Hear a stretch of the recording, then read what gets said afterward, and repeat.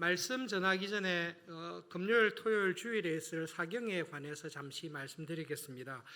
박영선 목사님을 아시는 분들은 열심히 오실 거라고 생각을 합니다. 당회에서 박영선 목사님 사경에 강사로 정하고 제가 생각하기에 거절하기 어려운 사람을 통해서 박영선 목사님께 연락을 드렸습니다. 근데 올해 초에 건강이 갑자기 안 좋아지셔서 일체의 외부의 사경회를 안 하기로 결정을 하셨다. 그래서 정중하게 죄송하다 거절의 연락을 받았습니다. 그래서 기도하는 가운데 아예 약속이 안 잡히기 때문에 기도하는 가운데 강성우 목사님과 함께 남포교회를 찾아갔습니다. 찾아가서 사무실에서 여차여차 찾아왔습니다. 말씀드릴 때에 목사님 건강 때문에 아예 선약이 없으면 안 된다고 사무실에서 한 1, 20분 동안 이야기하다가 이거는 안 되는 거구나. 그래서 우리가 왔다는 연락처만 남기고 이까지 왔으니까 그래도 본당에 가서 함께 기도를 했습니다. 박영수 목사님 당회가 결정했는데 사경회가 할 수 있으면 좋겠습니다. 만약에 안 되면 하나님께서 우리 교회에 더 맞는 강사를 보내주실 것을 믿습니다. 간절히 기도하고 주차장에 와서 이제 제가 운전석에 운전하기 위해서 차 문을 열고 딱 들어가려고 하는데 3층에서 부목사님이 제 이름을 부르면서 찾았습니다. 그래서 사무실에 우리 이름을 주고 본당에서 기도하고 이제 출발하는 그 사이에 아마 연락을 받으시고 교회까지 찾아왔다면 만나봐야 되지 않을까. 그래서 올라가서 한 1시간 40분 정도, 저는 대학 때부터 목사님을 알고 은혜 받았기 때문에 1시간 40분 정도 이야기를 나누면서 우리 교회가 어떤 교회인지 또 어떤 사람들이 신앙생활을 하고 있는지 왜 목사님을 모셨는지 말씀을 전하고 목사님께서 기꺼이 가겠다 그렇게 결정이 되었습니다. 목회자로서 생각할 때 여러분 예수님께서 오셔서 사도 바울이 와서 설교해도 은혜 안 받는 사람은 은혜 안 받습니다. 박영선 목사님이 왔다고 해서 다 은혜 받는 것은 아닙니다. 그러나 하나님께서 한국 교회에 쓰신 목회자님들이 계시고 은혜 받는 마음으로 강사 목사님을 위해서 또 나의 영혼을 위해서 간절히 기도하면서 사경회를 준비할 때에 성령님께서 주시는 특별한 은혜가 있을 거다라는 생각은 지금까지 계속 있습니다.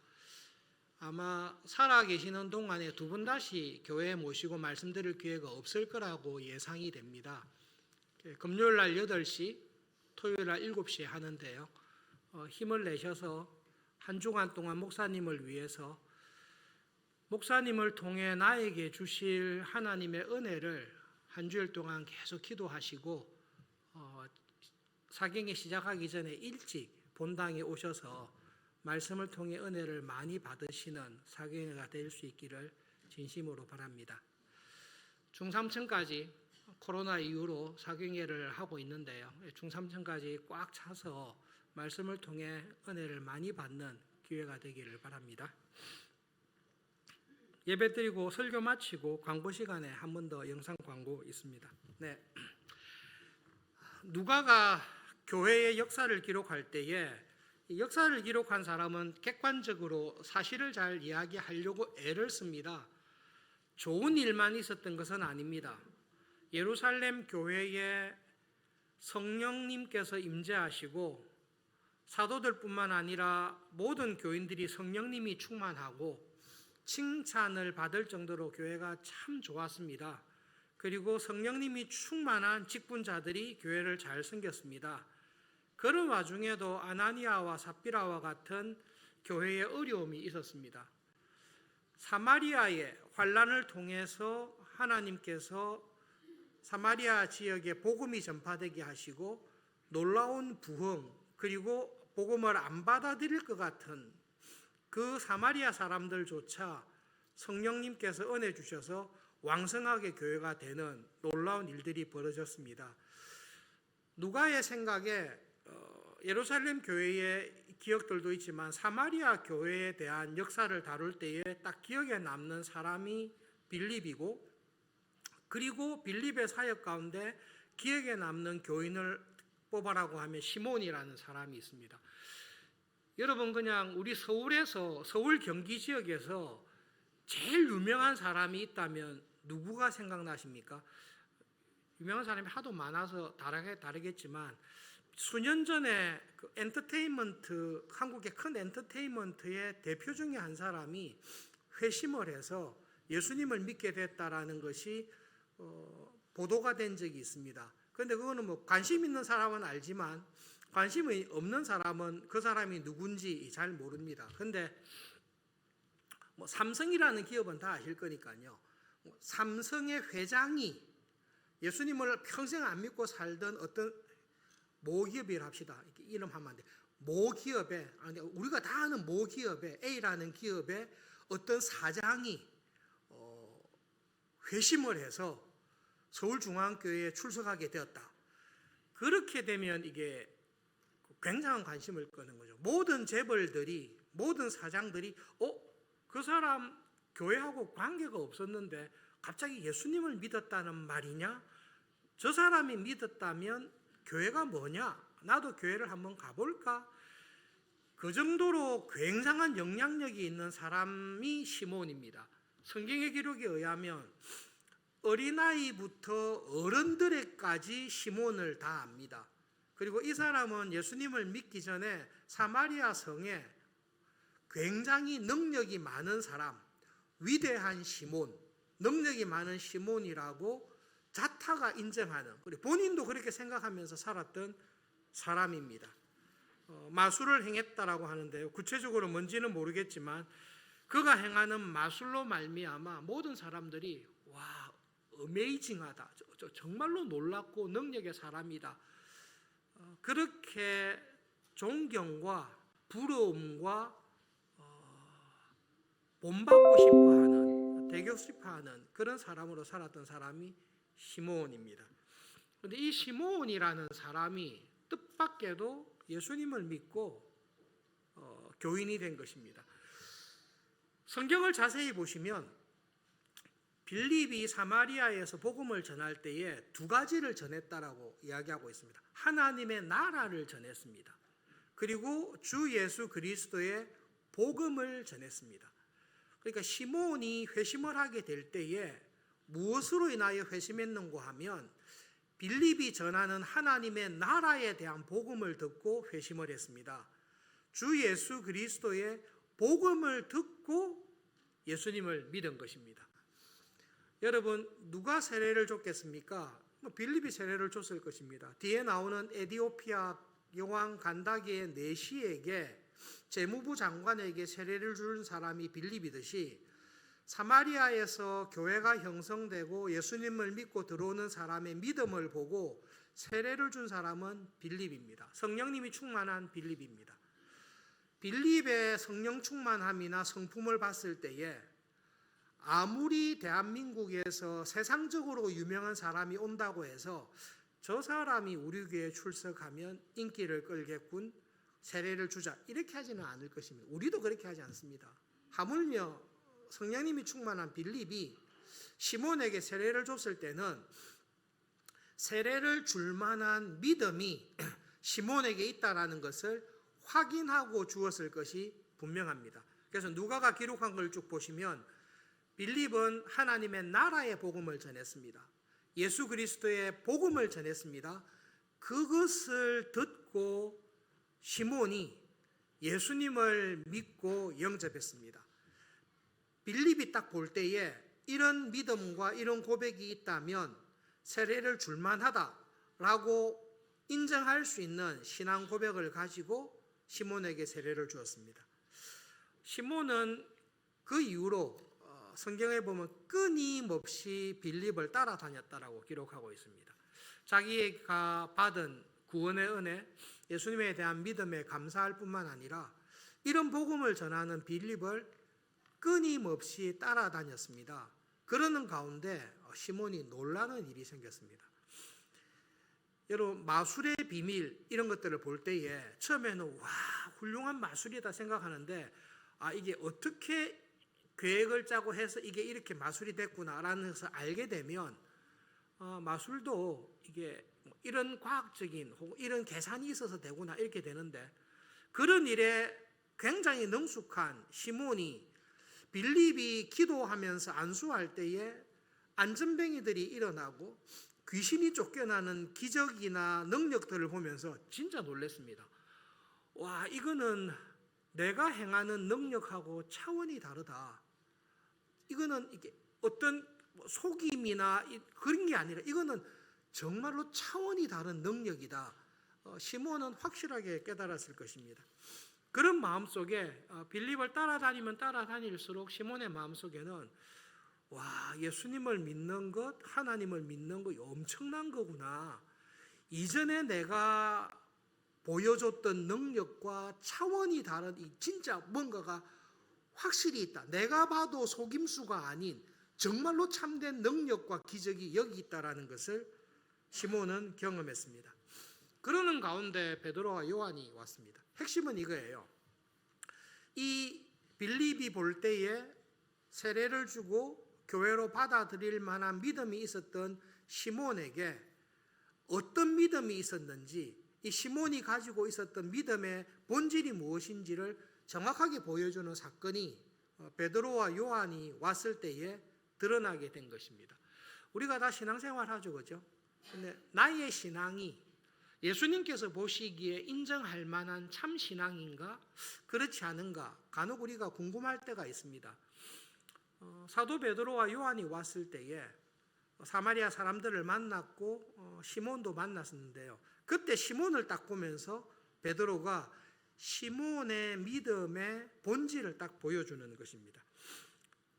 베드로가 안수했을 때에 성령님께서 임하는 것을 시몬이 봤습니다. 다른 설명이 없기 때문에 예루살렘 교회에 성령님께서 임하셨을 때의 능력과 현상이 사마리아 교회에서도 똑같이 일어났을 것입니다. 이거를 보고 시몬이 큰 도전을 받았습니다. 와, 이거는 빌립하고도 비교가 안 되는 능력이다. 이런 능력이 있으면 정말로 좋겠다. 그래서 시몬이 자기가 정말로 원하는 것을 비슷한 이름의 다른 시몬 베드로에게 부탁을 하는 것입니다.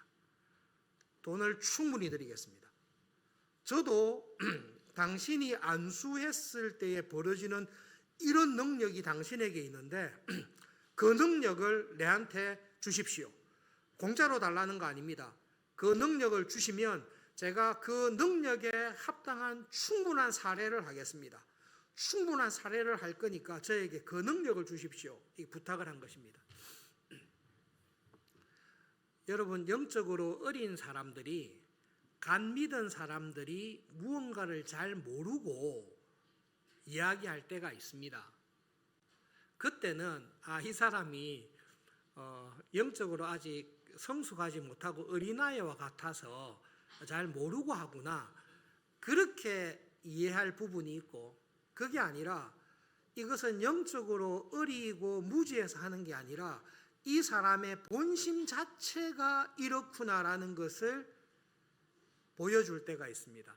베드로가 볼 때에 시몬이 한 말은 아직까지 영적으로 어려서 아무것도 모르니까 성령님의 은혜를 사모하는 마음에서 그렇게 했구나, 이게 아니라 이 사람은 생각 자체가, 하나님에 대한 생각, 성령님에 대한 생각 자체가 전혀 올바르지 않구나. 그래서 베드로가 시몬에게 한 말이 너가 하나님과의 관계에서 잘못되어 있다라고 이야기한 겁니다.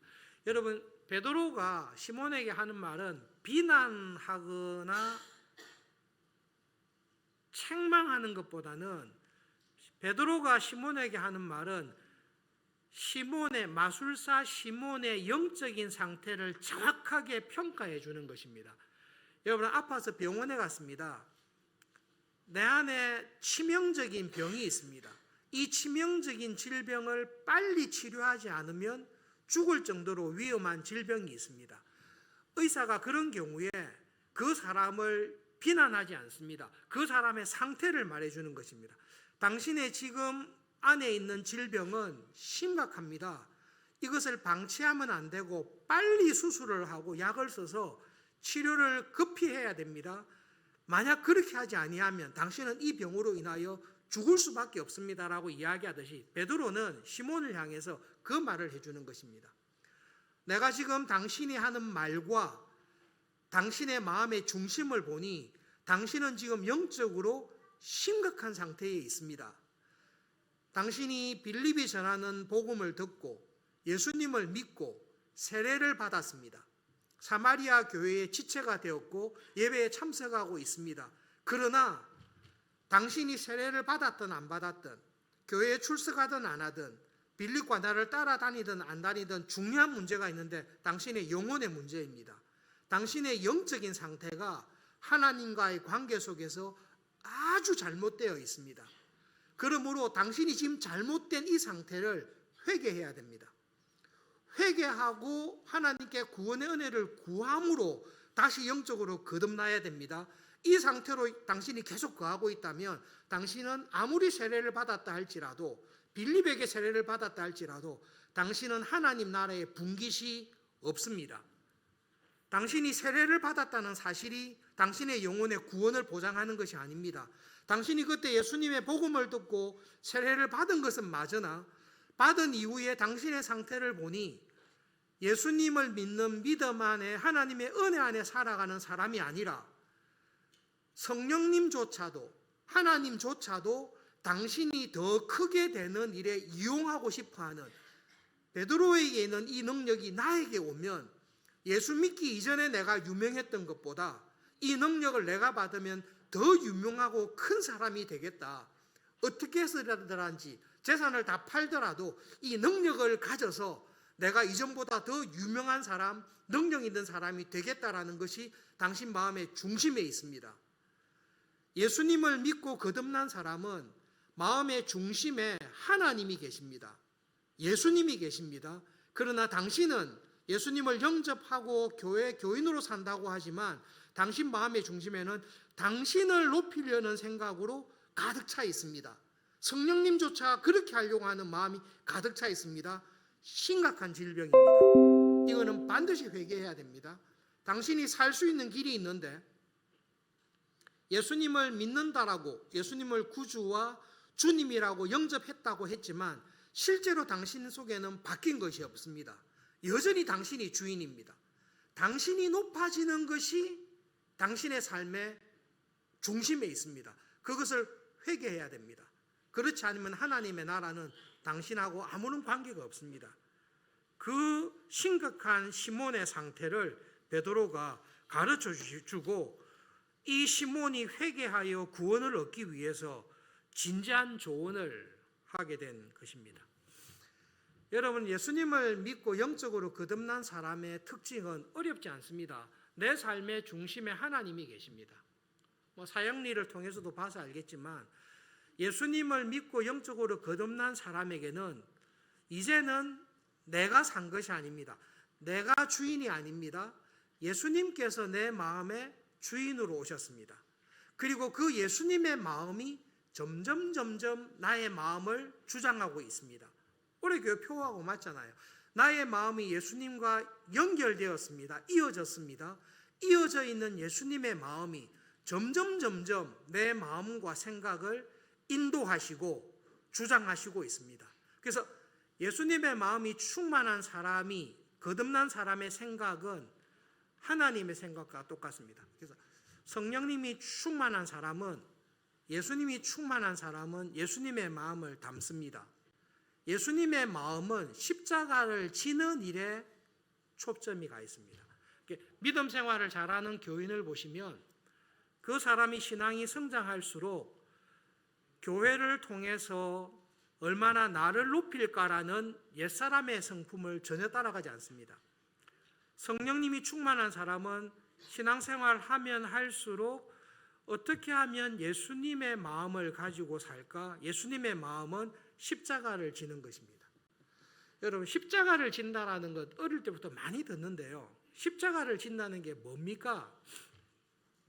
그냥 하나님의 뜻이라면 순종하겠다 그겁니다.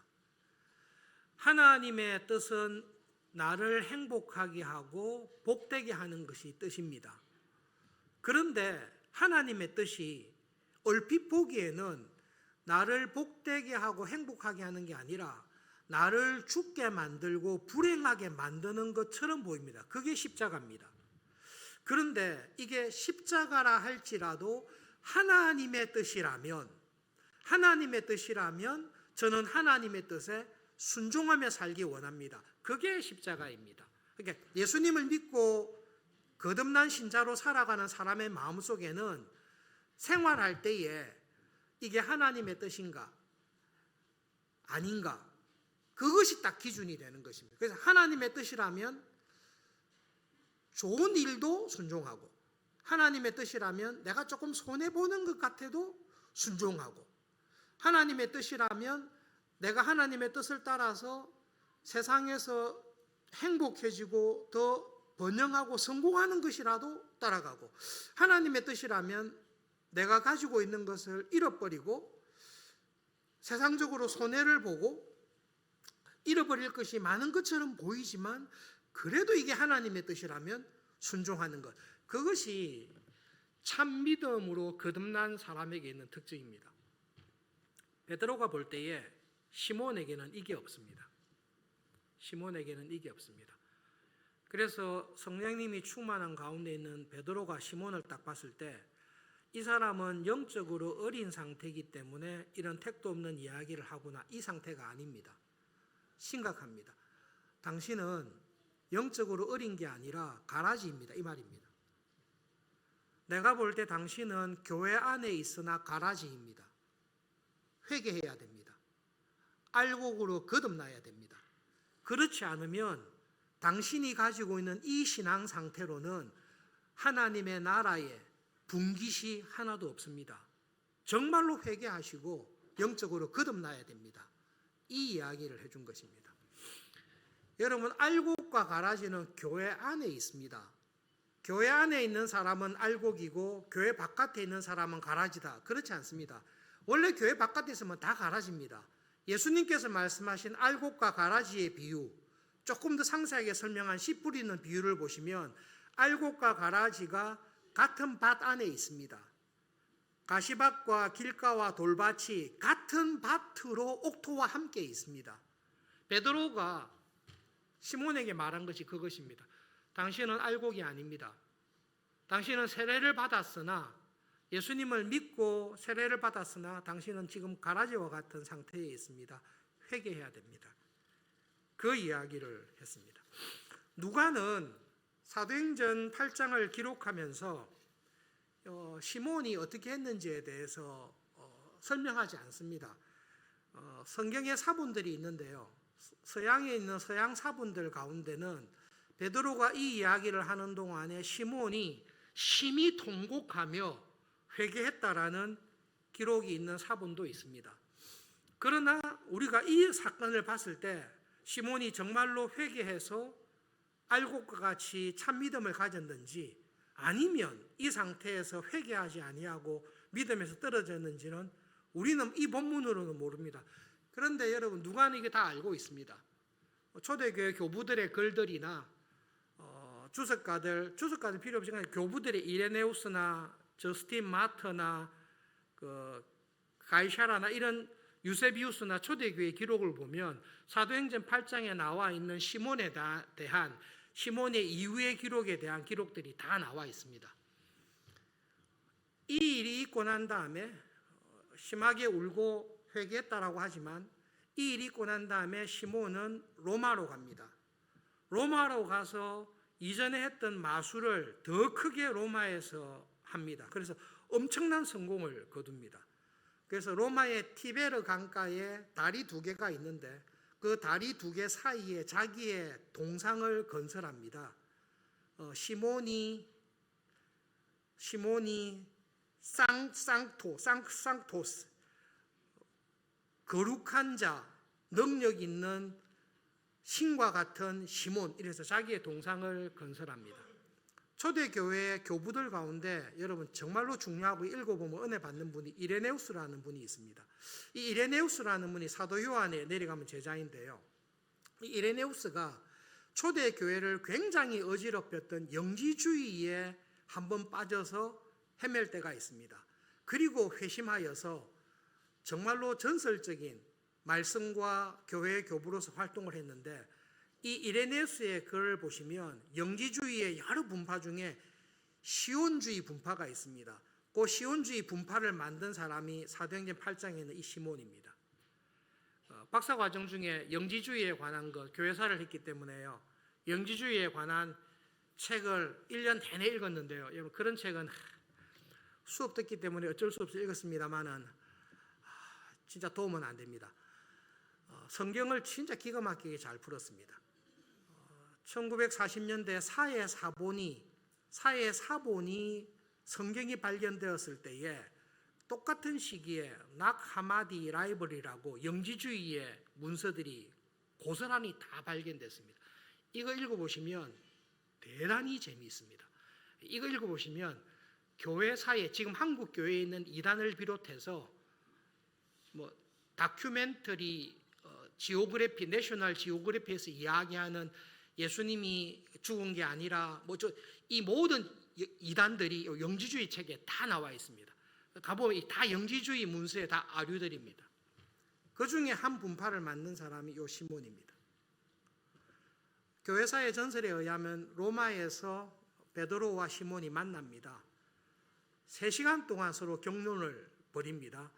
시몬은 결국 돌아오지 않습니다. 그래서 영지주의 이단의 창시자로 자기의 길을 간 것입니다. 누가는 이 사실을 다 알고 있습니다.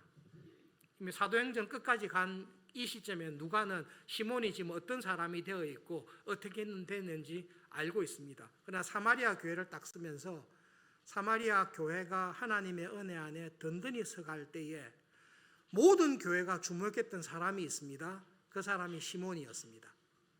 그러나 그 시몬의 믿음을 보고 베드로는 그렇게 회개할 것을 경고했습니다. 그리고 넘어갑니다. 그러나 사도행전을 읽는 모든 초대 교인들은 다 압니다. 시몬 다 압니다. 이 사람이 뒤에 어떻게 됐는지를 다 압니다. 예수님의 십자가를 따라 산 것이 아니라 복음조차도, 교회조차도, 성령님조차도 자기가 더 유명하고 능력 있는 사람이 되기 위해 교회와 성령님과 복음을 이용했던, 결국은 교회를 떠나고 영지주의 이단의 교주가 되었던 사람이라는 것을 알고 있습니다. 여러분, 영적으로 거듭났다라는 것은 세월이 지나면 금방 압니다. 알곡인지 가라지인지 어떻게 압니까? 예수님께서 가만히 놔두라. 가만히 놔두면 알곡은 알곡처럼 열매를 맺고 가라지는 열매가 없음으로 말미암아 가라지인 게 저절로 드러난다, 우리에게 말씀하십니다. 베드로를 통해서 나에게 이렇게 물어보시는 거죠. 나는 정말로 영적으로 거듭난 하나님의 나라에 분깃이 있는 예수님의 마음을 가지고 믿음의 열매를 맺고 있는 참 신자인지를 돌아보게 하십니다. 서울 서문교회 다니면서 큰 은혜를 받았는데요, 제가 주관적으로 생각할 때에 서울 서문교회 한 30년 의 역사 가운데 하나님의 은혜를 제일 강력하게 받았던 기수가 있습니다. 그 기수가 불행하게도 제 바로 위의 기수, 15대, 제가 16대거든요. 제 바로 위의 기수, 그리고 저희 바로 밑에 기수, 17대, 이 두 기수에 있는 형제자매들이 하나님의 은혜를 정말로 많이 받았습니다. 우리 기수는 안 그랬습니다.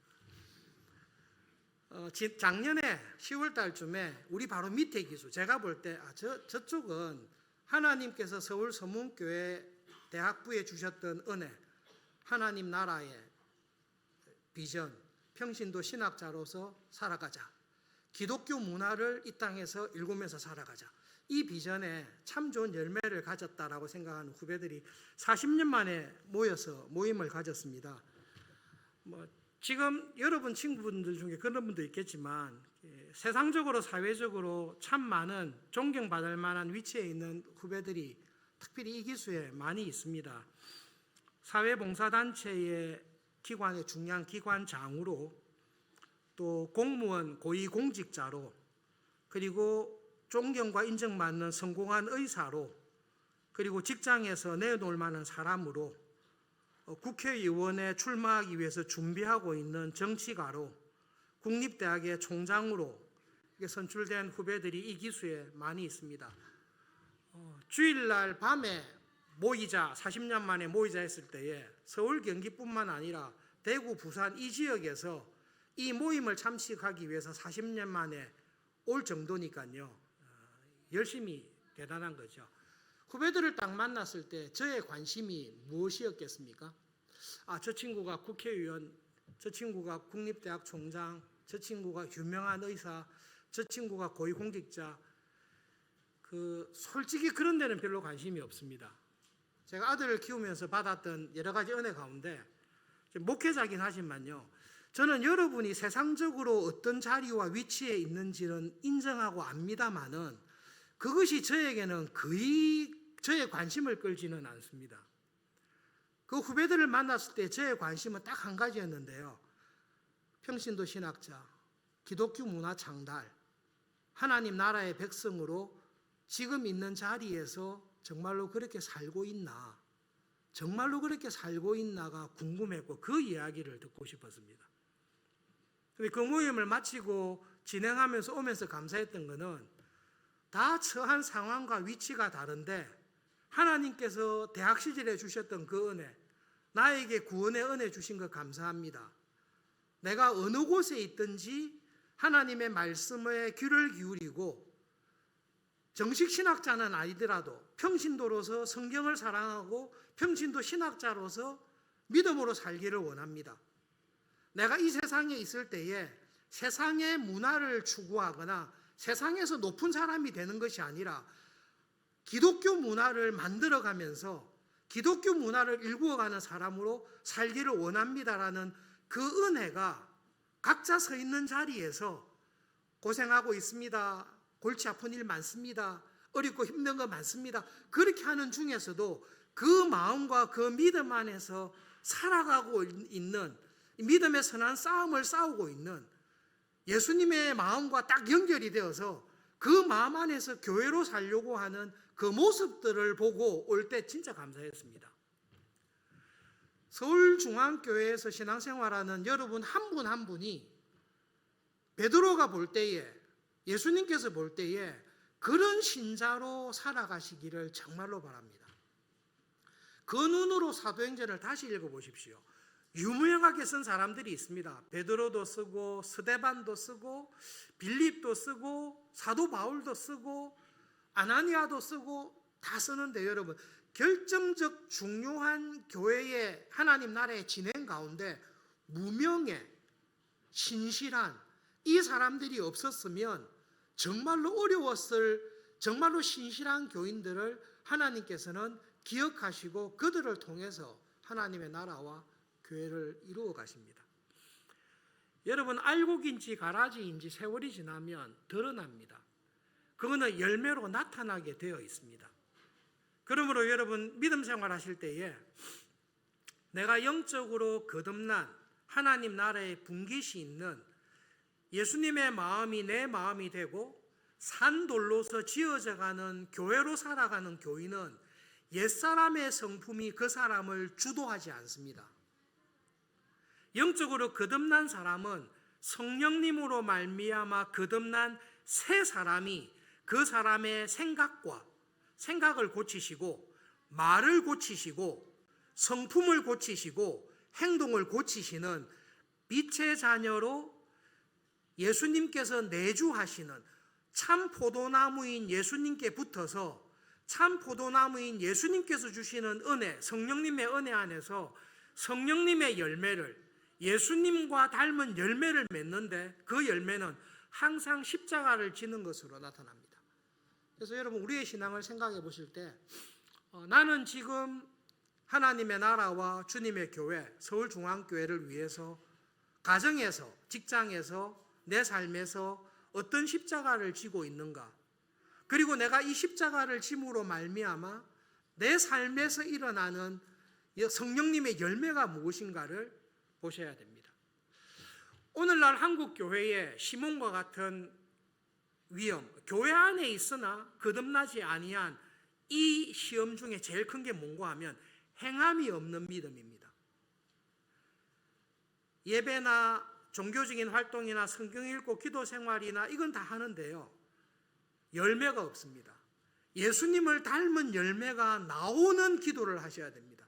예수님을 닮은 열매가 있는 예배를 드려야 되고, 나를 볼 때에 빠지지 않고 주일 예배에 참석했다, 그런데 내 성품은 변화 안 됐다, 시몬일 가능성이 아닐까 진짜 염려하셔야 됩니다. 여러분, 하나님의 은혜 안에 예배를 드리면 드릴수록, 성찬에 참여하면 참여할수록 내 안에 예수님께서 강력하게 살아계십니다.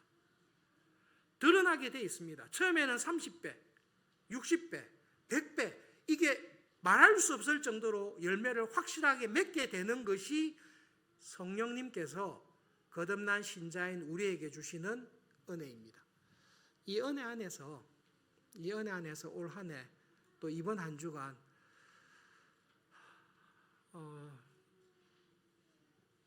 정말로 하나님의 나라의 거듭난 신자로 생각하는 것이나 말하는 것이나 성품이나 행동이 좋은 열매를 맺으면서 한 해를 살아가시는 복된 한 해가 되시기를 바랍니다.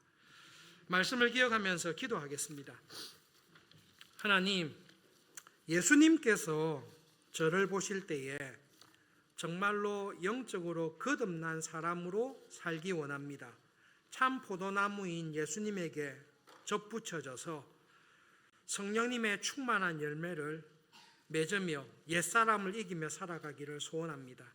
두 번째로, 하나님, 우리 교회에 큰 은혜를 주셔서 주님의 마음에 합한 교회, 우리 시대에 모범이 되는 성경적인 장로교회, 세상의 빛과 소금이 되는 교회와 교인이 되도록 은혜를 주십시오. 함께 기도하겠습니다.